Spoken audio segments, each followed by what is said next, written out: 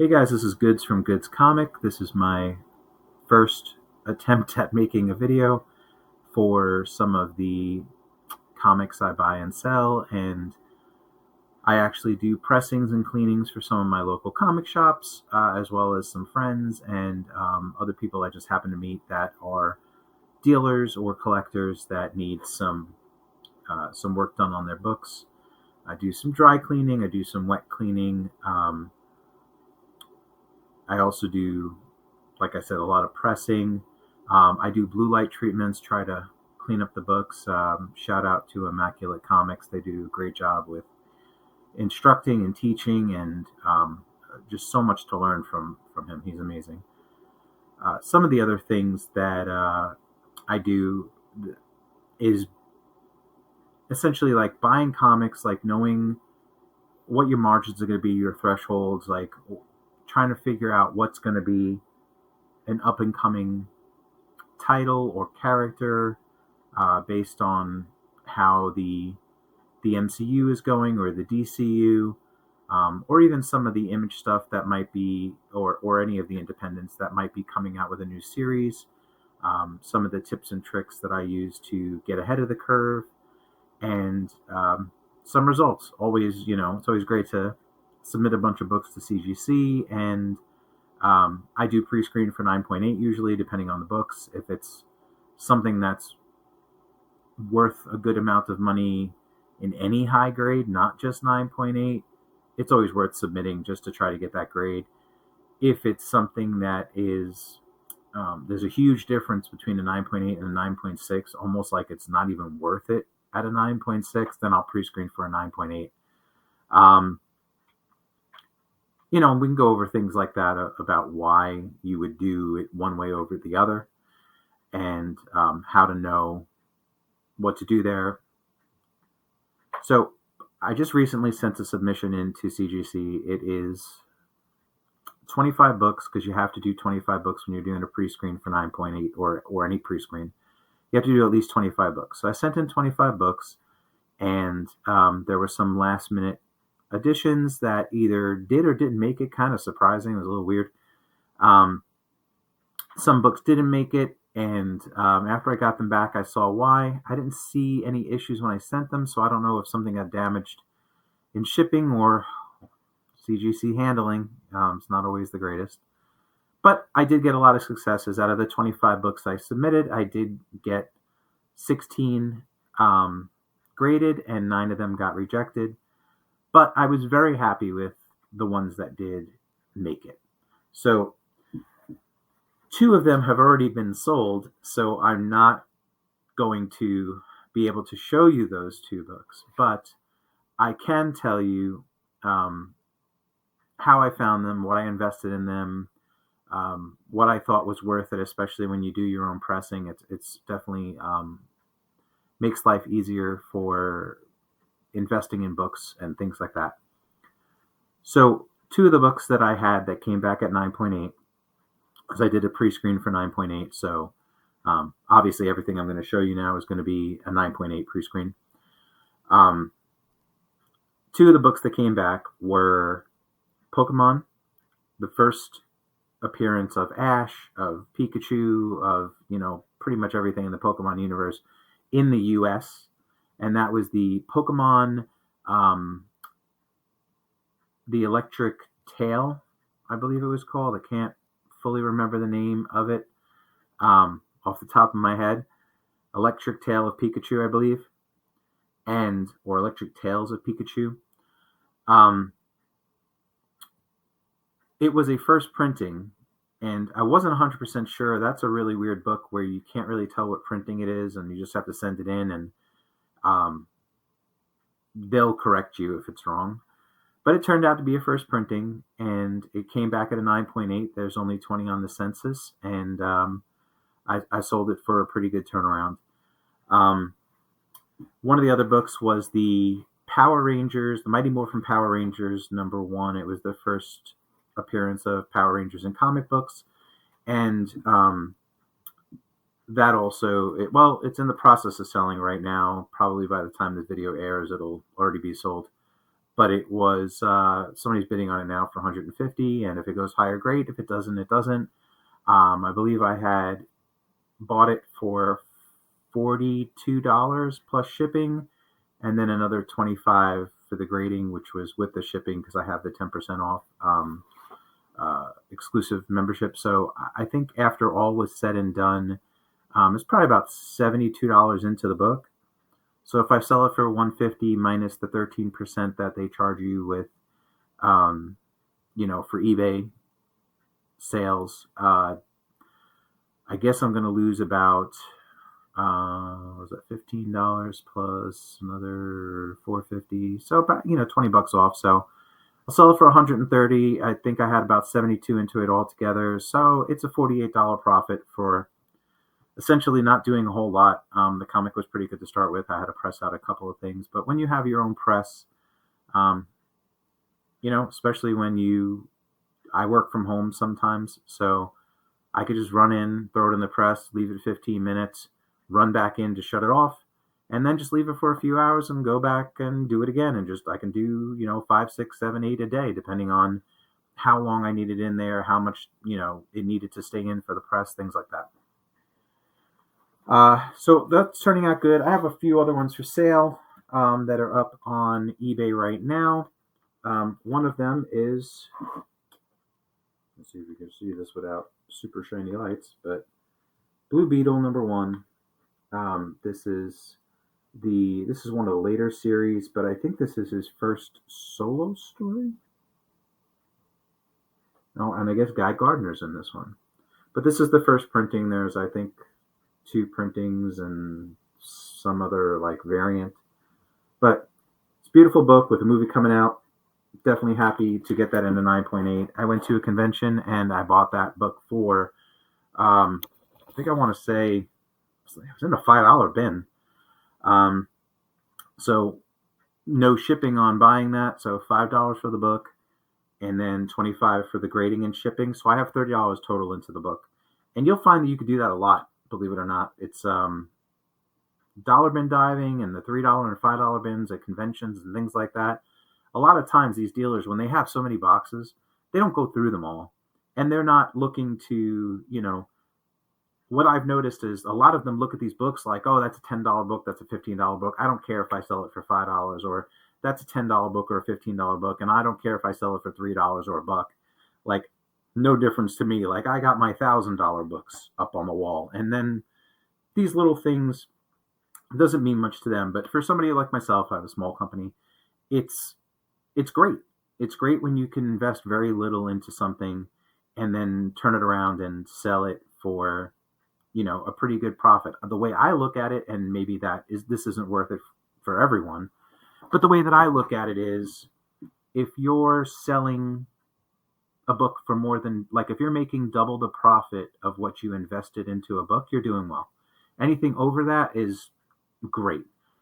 In some cases, especially if you're not pre-screening like I do, if you don't do a pre-screen and the book comes back less than desirable of a grade of what you thought it was going to be, well, you can go ahead and maybe sell that book for, $35, $40. After all the fees and stuff hit you, maybe you'll still make about $5 if you get these books cheap enough, or maybe you'll break even, but at least you'll get rid of the book and you will recoup your expenses on some of the books that didn't hit the grading threshold that you wanted. That's at least how I feel. So another book that came back, 9.8, and I guess I should take these out of plastic. It looks a little nicer. Another book that came back at a 9.8, let me see if I can shut this light off. That's something.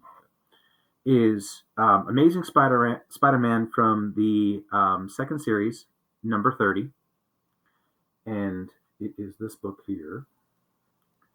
So this book had a couple of indents, things like that. I pressed it, cleaned it, sent it in, and got my 9.8 on it. I'm pretty happy with this book.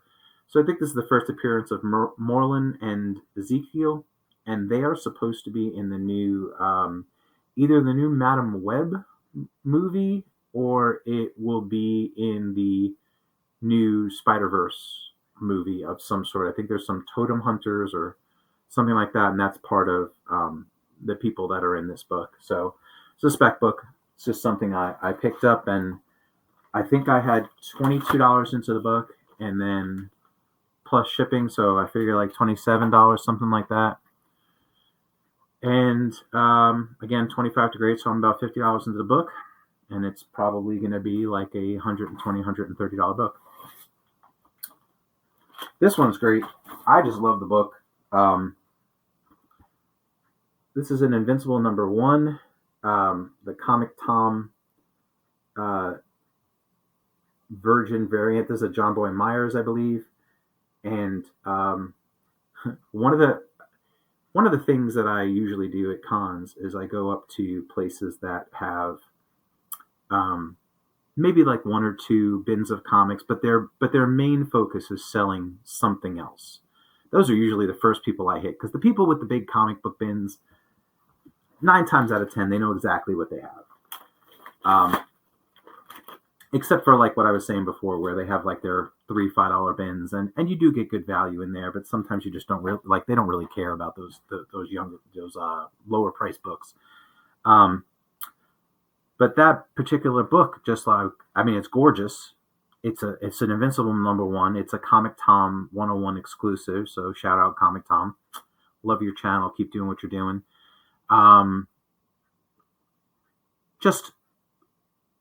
It was a guy that sold records. So he sold vinyl records, and he had 2 bins of comics and 2 little short bins. And he was like, yeah, go through them. And I was like, great. And I was like, what are you charging? And he was like, oh, just $5 a book. And I was like, okay, $5 a book. I could do $5 a book. I mean, it's just a clean looking book. And when I was looking up values, non-graded, they're like still $30 or more. So I just got it graded just to see what it would do, see if it would sell, if it wouldn't sell. If it doesn't sell, that doesn't matter to me. Honestly, I'll tell my wife, but I prefer it because I really love that cover. So I get to keep it. But I would be very happy with just getting to keep it. But if somebody wants to buy it, again, if it goes for over $100, I'm going to triple my money on what I put into it. So this book is kind of funny. This was one of those last minute ads that I just kind of threw in there. After, doing an inspection, like a second, third, fourth inspection on my books, before I sent them in, I took some out and I replaced them with others. Well, my local comic shop here in Statesville, North Carolina, that's where I am. I'm in Troutman, but Statesville's right next door. So in Statesville, North Carolina, I go to a place called R&B Games. It's a wonderful shop. It's just awesome people there. Gabby and Keith, they're knowledgeable. They know what they're talking about, but they're friendly. They're honest. And I just love going there. I spend, if you ask my wife, way too much time going there. But anyway, when I've only been going there for about a year, and it's like instant friendships and connections with the people in there. It's just amazing. So during the free comic book day this year, 2023, he said, hey, I got something for you. Keith brings me in the back and shows me. He's like, hey, I got this book for you. And I said, well, what is it? And it's a free comic book day DC, like the Dawn of DC Night Terrors special edition foil. So I don't know how good this is going to show up in the video because it's so darn shiny. But this is really hard to show. It is just so reflective. But anyway, it's really, I could probably do it like this. But it's really shiny. It's like a gold foil on the front. And then the back is like this purple foil. Same thing. But I believe each store only got a couple of these, like 2 or 3. If you ordered like a whole bunch of comics from DC, you got like 2 or 3 of those. But he pulled me aside and he said, hey, you're one of our best customers. You're my friend. I'm going to put this aside for you. I only have 4, and he had them all doled out. He gave me first choice. And I said, I don't know if this is going to come back as a 9.8, but it'll be fun if I just like throw it in there. 9.8. So just super happy with some of these. It's just kind of cool to have, at least at the time when I got it back, I had sent it in before it was even released. So it got graded super fast, and it was the first one on the census. So that's probably the only time that'll ever happen to me, but it was fun. Um, this guy right here is something that's been super hot lately, and I was lucky enough to happen to see it when they had it and grabbed it right away. So, as everybody can see, this is the Spider-Man number 7. This is the first Spider-Boy, and this is the secret variant cover. And while my store is amazing, they did not realize how popular this book was going to be.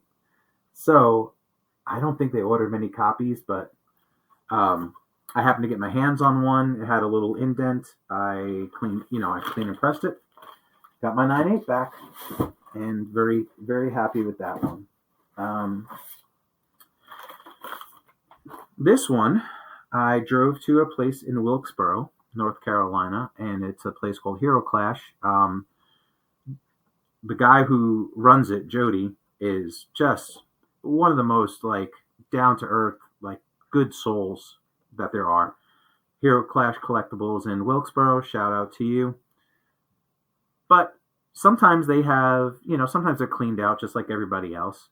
But sometimes they have really good stuff in their dollar bins. Sometimes they, people don't pick through it as much as other stores.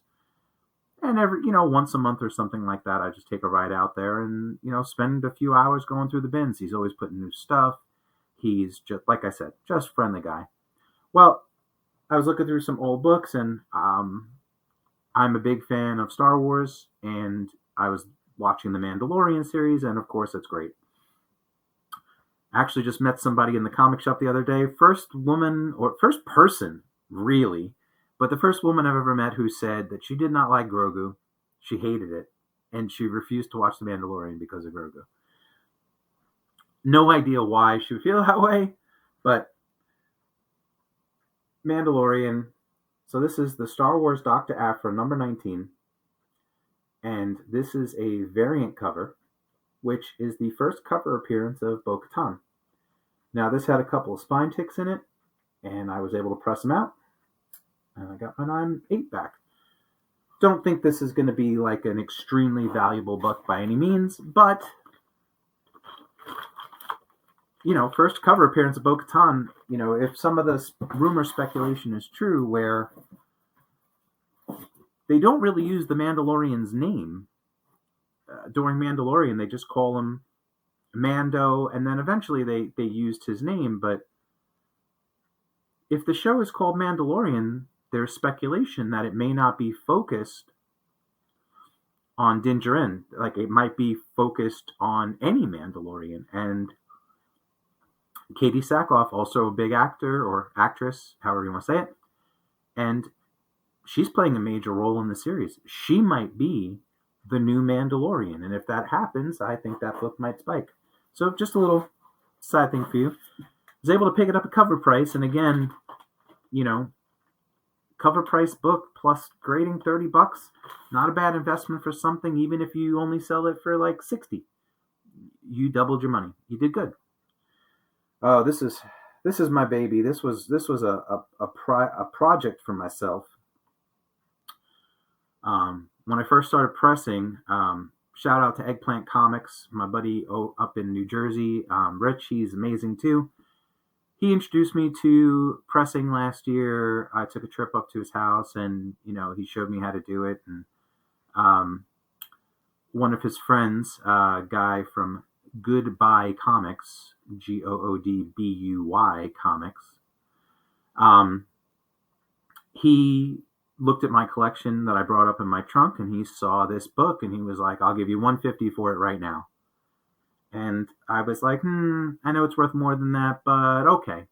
He was like, "Oh, it's only going to be like an 8.0, and it needs like a clean and a press and a this and a that." And I said, "All right, you know what? I'll take the 150. And as soon as I sold it and came back home, I regretted it. So I went online shortly afterwards and started looking for candidates of what I could do to buy a replacement. That replacement is for Bloodstone number 1. First appearance of Elsa Bloodstone, leader of the monsters.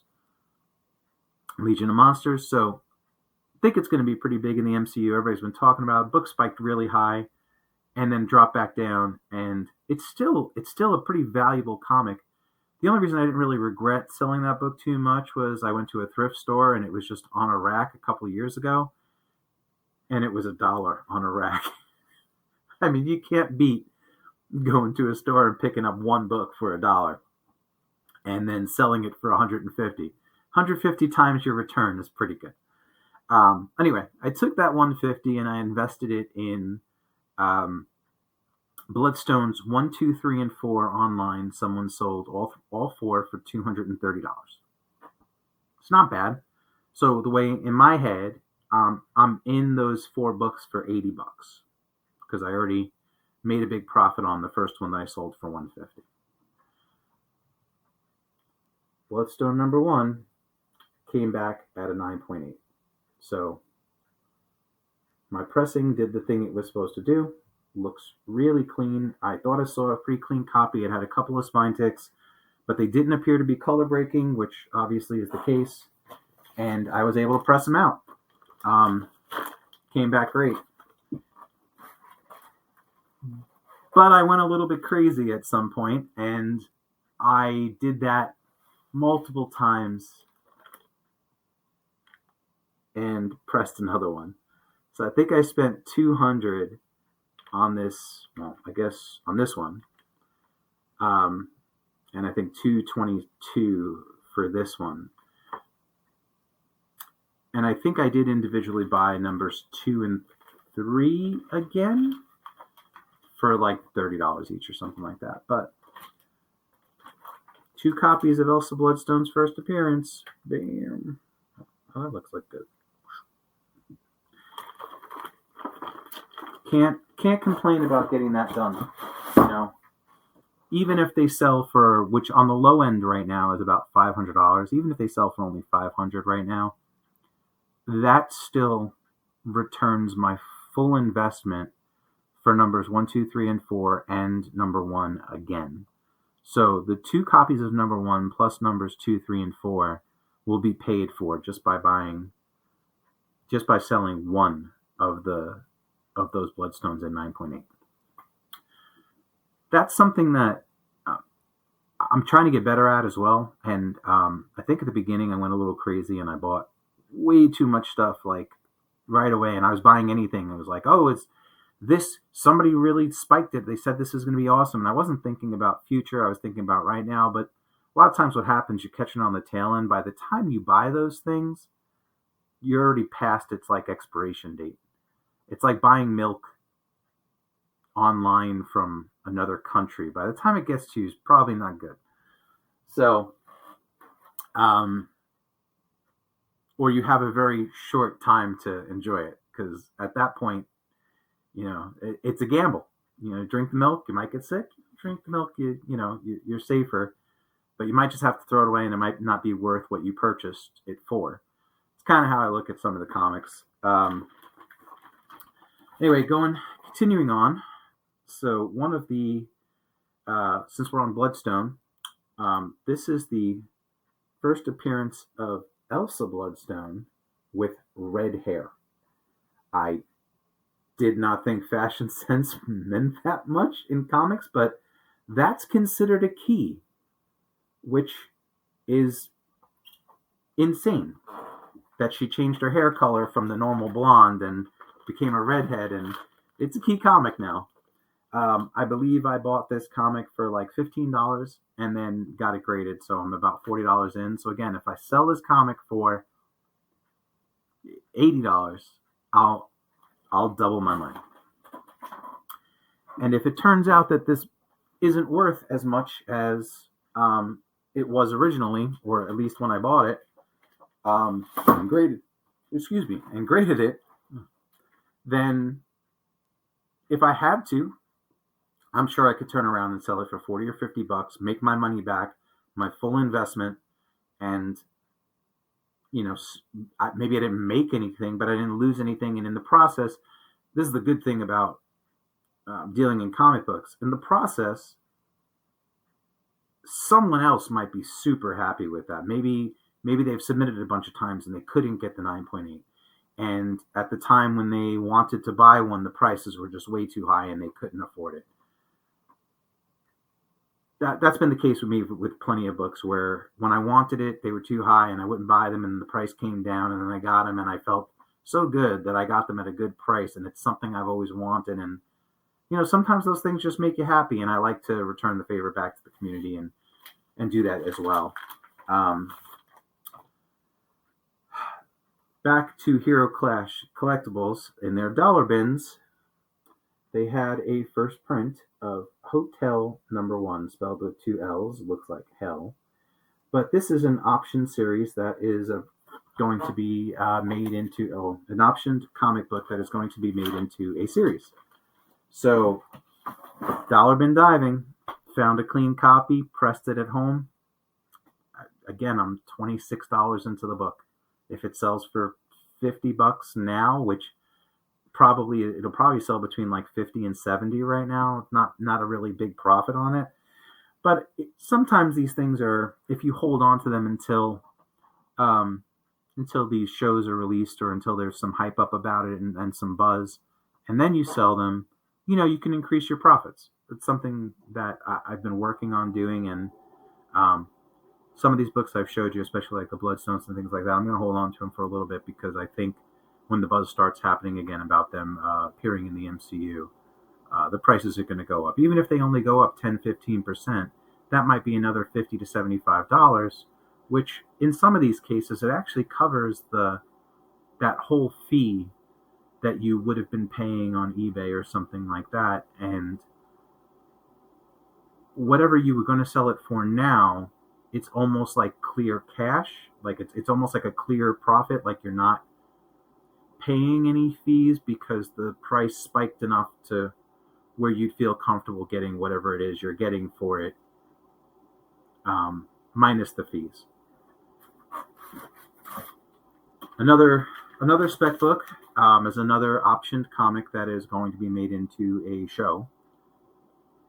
Is Good Asian number 1. So Good Asian was something that I learned about from watching Comic Tom. He had it up on a shelf behind him, and he was way proud of that book. I found this at a convention for, I want to say $15, and the guy sold it to me for $10. So I spent $10 on it, $25 grading. I'm in it for $35, and whenever that show comes out, I will list it and try to unload it for a good profit. I'm going to save this one because this one that's like one of my pride and joys right now, and I think you'll enjoy that one. This is a great find, I thought. This is Spider-Man: The Lost Years, and while it doesn't say it over here, it doesn't say any first appearances. This is the first appearance of Hallows Eve, not in costume, the person who plays Hallows Eve. This is her first appearance in this book. This was at a convention in, I can't remember where that convention was, Newton? I think this was in Newton, North Carolina. I was helping out the comic shop and watching their booth, and you walk around in between doing what you're doing, and the guy had a table full of books, and $5 for this book. A little clean and press, 9.8. Can't argue that. This is another one of those spec books. Now, while Hallows Eve was hot for a little bit, and this book might have sold for a little bit more, I didn't exactly have it, I didn't have it at the 9.8 at that time, so I couldn't even try to sell it if I wanted to. But I believe they're making a Hallows Eve TV show or cartoon or something like that, and once they do that, I believe that book will spike once it gets out that's her first appearances in that book. This book is my favorite for so many reasons. I'm up there in years, so I was around in the 70s, 80s, 90s. I was around, but I'm an 80s kid when it comes to like cartoons and things like that, but when it comes to comics, I'm a 90s kid. And back in the 90s, some of the big comic things that were happening were Image Comics was huge. Of course, Spawn. Um, but then there were all these like little offshoot comic companies, Triumph and Valiant, which obviously got a little bigger than just an offshoot company. Um, Defiant, and then this other company, which was Malibu Comics. Malibu didn't exactly have the greatest comic books. I wasn't a fan of a lot of them, but they did get their hands on a couple of titles that I really did enjoy. Going to R&B Games, they had a new box. They had a few boxes of comics that just came into their dollar bin, and I was shuffling through them, and I came across this book and said, "Wow, that's great. I'm a big fan of this, so I'm going to grab it for $1. That's crazy. I'm just going to grab it." I didn't even think it was worth anything. I just realized that I like it. I am a gamer, and not to spoil it, but I'm a gamer. And in college, I played Mortal Kombat a ridiculous amount of times. And I've been a fan of Mortal Kombat forever. Well, how do you pass up Mortal Kombat #1, Blood and Thunder, for $1? The kicker is it needed a little bit of a press and a cleaning. It looked like it was from a smoke-filled house or whatever. It had a big film on it. It took a lot of dirt and dust off of it. Cleaned it up, pressed it up, came out amazing, but it's the foil cover, and I did not realize how rare this was or how pricey it could be.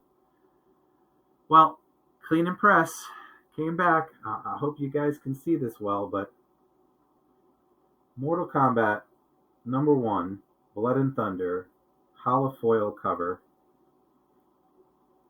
limited edition, 9.8. When I tell you how happy I was to get this book back at a 9.8, I almost couldn't care less the rest of what happened with the rest of it.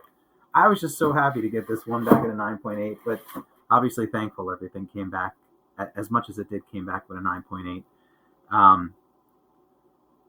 And again, just thrilled.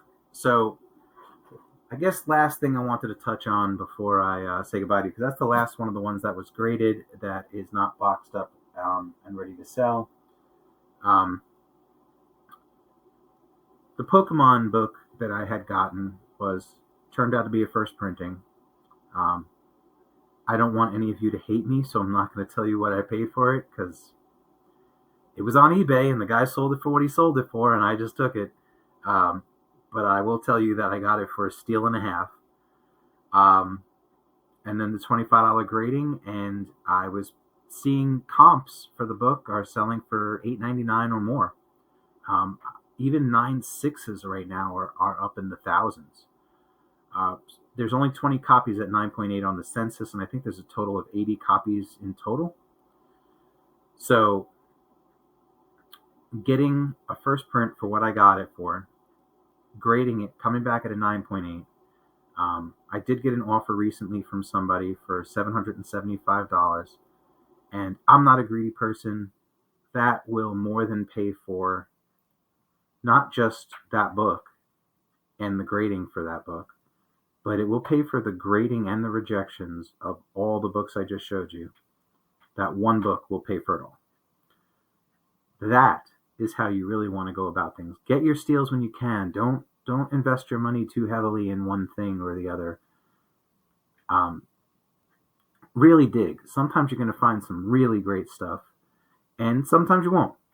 But I think for me, the hunt is more fun than anything. I can spend literally like entire days going through people's collections of boxes just to find one or two comics that might be worth it, and it just makes my whole day. Now, some people, I guess when you get better at this, or you're more popular and you make a lot more money, time is money for you, and you need to spend your time more wisely. You need to go out there and make sure that you're not spending hours digging through books, because you could be spending hours cleaning, pressing, advertising, selling, shipping, going to shows, instead of just looking around at books and um, I guess for them it might be a waste of time.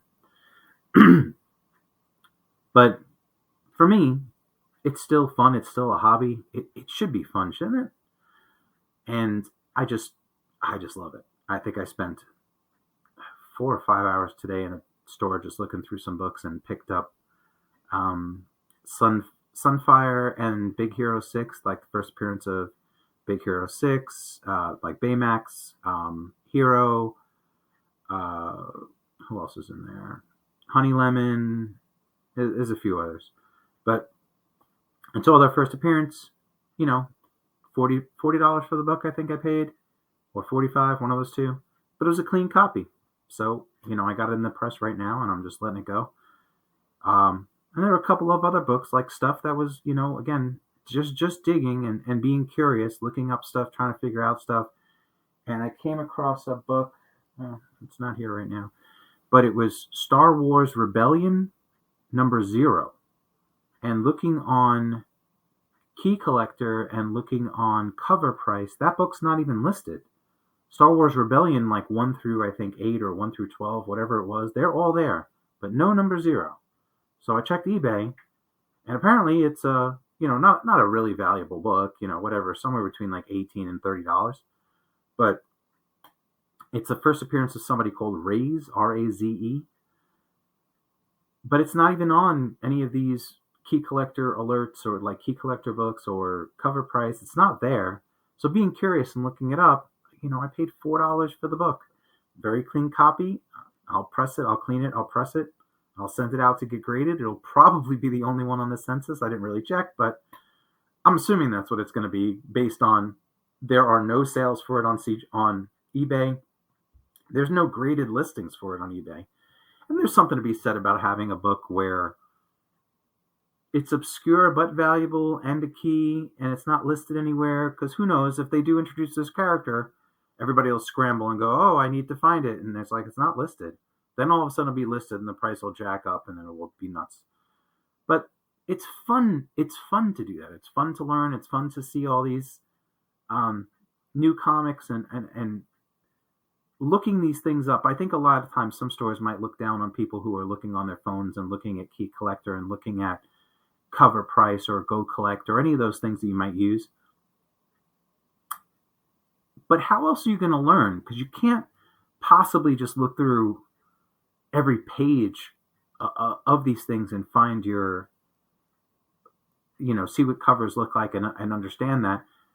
Looking on the spot and learning about new comic book series and collections and things like that, where you can find a price for maybe just that one book that you were looking at, but you can go in and look at the entire series and see if there are more keys in there and learn. And then maybe you can commit it to memory, maybe you can't. Some people can, some people can't. But you can at least hold on to it and go, oh, okay, I think I remember something about that book. Let me look it up again. But that also keeps you from overpaying for certain books, which happens to people, I think, a lot because they don't really know the value of a fair market value, where it might have spiked last year and they just wanted it this whole time. And when they went back to go get it, maybe the price dropped by 75%, but they still have it in their head that it's very expensive. So if you don't look, you will probably overpay for a book. But you can use that as a bargaining tool. I do. I use like the eBay solds, and I use like, what fair market value is and the last sales from Cover Price, things like that, and show it to them based on condition and say, hey, this is what I think it's worth. I'm willing to give you this much. If you're not willing to take it, that's okay. I understand. You have a business to run, just like I'm trying to do. But if you are willing to do it, great. At least if you see that this is on the up and up. I'm not out to like take advantage of anybody. But that's something that I think is a good tool to use in your belt, and just keep learning. Keep learning about the books, keep learning about the series, keep learning about key issues, and learn how to negotiate. That's a big thing. That's going to help you out a lot. Anyway, that's it for me today. Thank you so much for watching. I appreciate it. Please click the like button, subscribe, and let me know what you think. If you have any questions, hit me up. I would love to answer questions and comments and give advice. So if anything is on your mind that you would like to know, hit me up and I'll give as much advice as I can to you. Thanks again, guys. Take care. Have a great day.